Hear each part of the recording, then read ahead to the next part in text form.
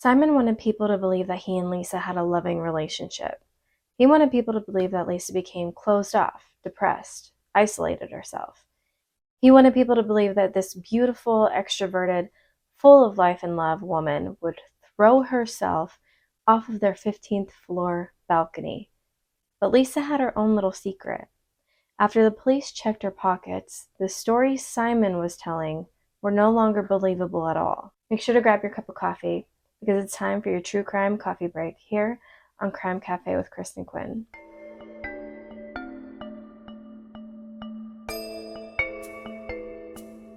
Lisa Harnum was born in June of 1981 and was raised by her mother, Joanne, in Canada.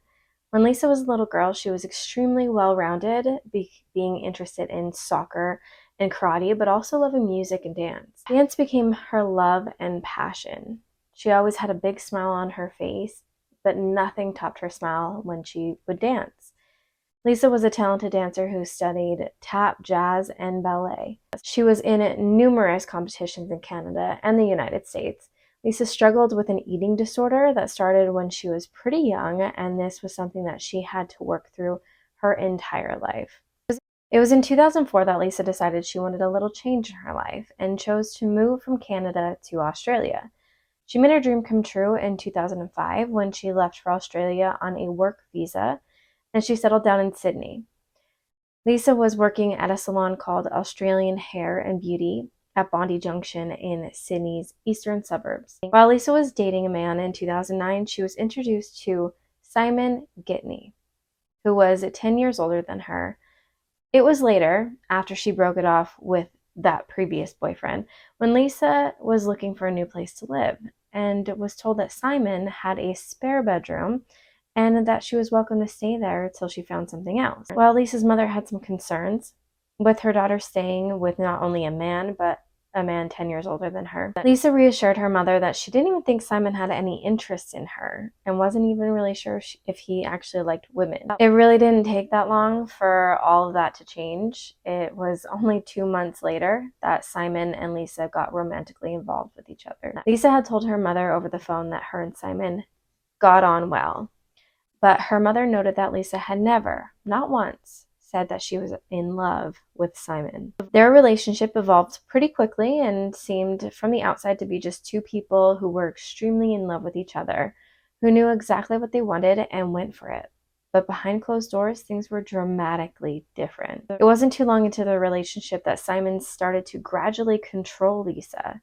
In June of 2010, just before Lisa's 29th birthday, Simon urged her to quit her job at the salon, saying she should be hanging out around a better class of people. Lisa gave in to Simon's commands and quit her job to seek a more, quote, suitable work environment away from people who were polluting her mind. Simon was able to break into Lisa's emails and social media accounts, and he regularly monitored them.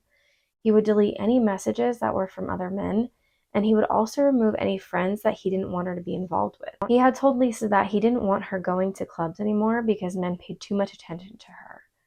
It was a short few months that this was really starting to impact Lisa's mental health. She had texted her mother, quote, "I miss my family and friends so much. I have no life." Simon continued to manipulate and emotionally and mentally abuse Lisa, whom he'd actually called her by her middle name, Cecilia, to the point where he now pretty much dictated every single thing that she did. He was able to get to the point that he would control where she went, who she talked to, and what she actually wore. Simon later said himself that, quote, "Cecilia was obviously very beautiful. She would wear revealing clothes, sometimes with no bra. I would tell her she should continue to look beautiful, but just tone down how much she was revealing of her body so she didn't attract the wrong sort of attention and give out the wrong signals. I actually wanted her to wear a type of uniform with monochromatic pants and jackets, flat shoes, no cleavage showing, and her long hair tied back."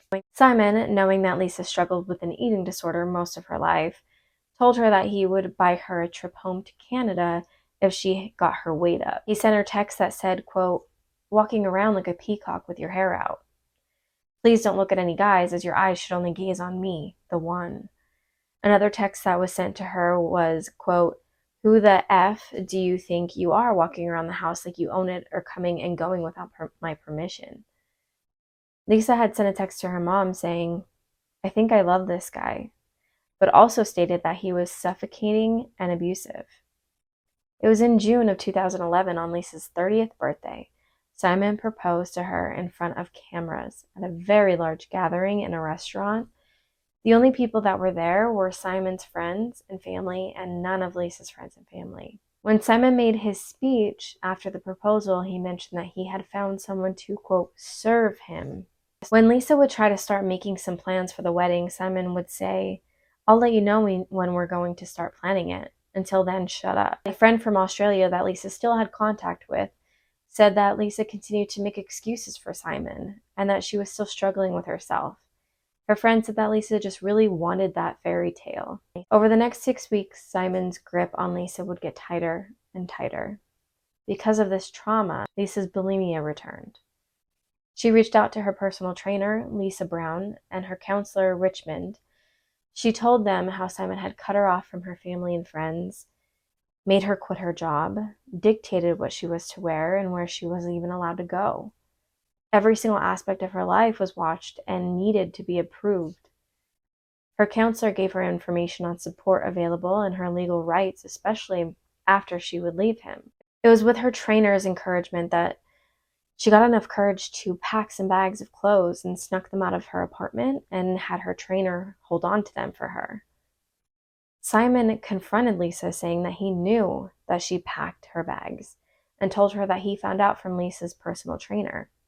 He told her that the trainer betrayed her trust. Simon then called Lisa, the personal trainer, and threatened her. He then made his Lisa kneel before him, screaming at her that she must do what she was told. It was on Friday, July 29, 2011. Lisa called her mother late in the evening. She told her that she needed her mom to come to Sydney to help get away. Her mom made sure she could take off from work and agreed to fly out to help save her daughter. When Simon confronted Lisa about her mom coming to Sydney, Lisa finally realized that Simon had bugged her. He knew her every move, every conversation. Absolutely everything she did was seen and heard. This is when she found out that Simon had installed a software program on his computer. He had her under constant surveillance. There were cameras hidden all over their apartment. Lisa made a promise to herself right then and there that she was leaving. She packed what she could that night, and that morning while in the bathroom, she made her last phone call to her mother. When she came out of the bathroom, Simon was, of course, right there and wanting to talk about the situation. He wanted to do anything to get Lisa to not actually leave. This is a man who is so used to controlling every little detail of this woman's life that when she firmly told him no and that she was leaving, he became enraged. Lisa stormed away from Simon, grabbed her purse, and was walking towards the front door of their apartment.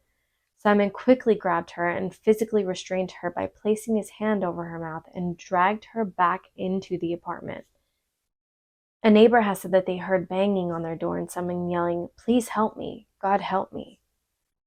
It was 69 seconds after Simon forced Lisa back inside their apartment that Lisa, still holding onto her purse, fell to her death from the 15th floor balcony. Just below in Hyde Park, Joshua Rathmel was walking to work when he heard a noise that he thought was the deranged screams of a junkie on an ice bender.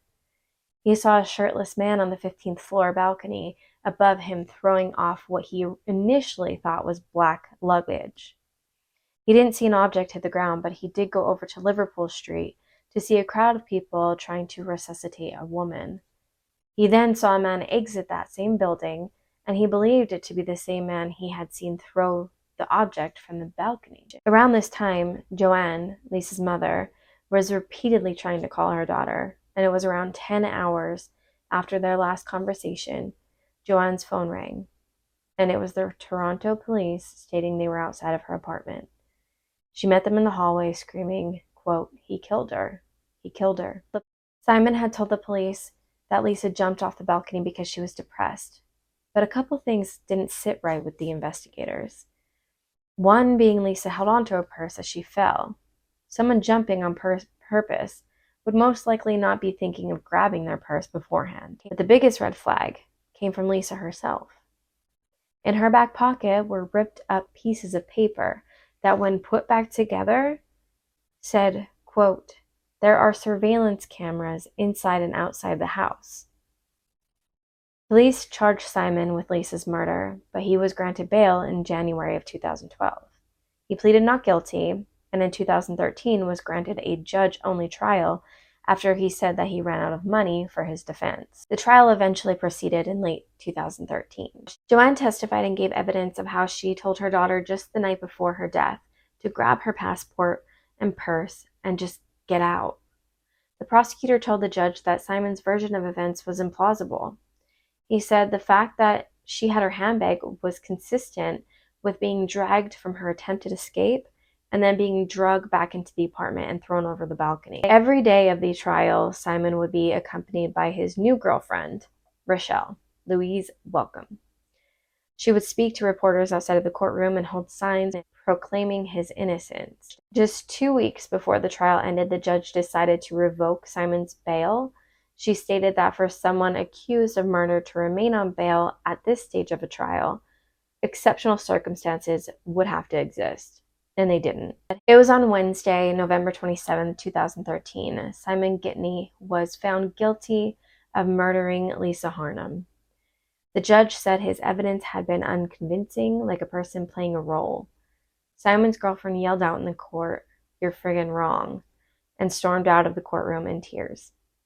Joanne told reporters that there were no winners and said that she hoped to set up support services for the families of domestic violence victims. At the sentencing hearing, Rochelle, Simon's girlfriend, protested her boyfriend's innocence in a paid Channel 7 interview and led a protest outside the courthouse. On February 12, 2014, Simon was sentenced to a minimum of 18 years and a maximum of 26 years. The judge stated that Simon showed no remorse and had little chance of rehabilitation. He was 40 at the time of sentencing. Simon lost an appeal in 2016. The Lisa Harnum Foundation currently operates with a mission to help all families live in safety, free from fear, free from domestic violence. The foundation provides support and empowers families affected by domestic violence, while striving to prevent and end the cycle of abuse through education and social change. Domestic violence cases hit me harder every single time. I was in an abusive relationship from my early teenage years to my early adulthood. And getting out of that relationship, I've heard women think that in order to be in that type of situation, that victim must be weak, weak-minded. And that's not the case at all. It just doesn't work like that. And I think domestic violence should be talked about more and spoken about, the aspects of it and what the manipulation and what happens inside of that relationship, and to get these victims to see what is going on early enough that they might be able to get out sooner. I think it's important to shed light on all of everything surrounding domestic violence, because it's not just weak people. I've heard women say, "I would never let him do that. I would never stand for it. I would leave right away. He wouldn't dare do that to me." It just doesn't work like that. And you can think that all you want, but it doesn't just start out like that. And it is a long process of manipulation and being caught up in the cycle. I think it's really important to discuss that stuff so people are more aware of what they're looking at and what they're involved in and how to get help. So definitely going to be covering domestic violence cases as much as possible, because I just think it's something near and dear to my heart, and I feel that the victims should definitely have a voice, and a loud one. So with all that being said, that's all I have for today's case. Let me know what you think. Of course, And if you have any video suggestions, please leave them in the comments below. And until your next true crime coffee break, stay safe, and thank you so much for your time.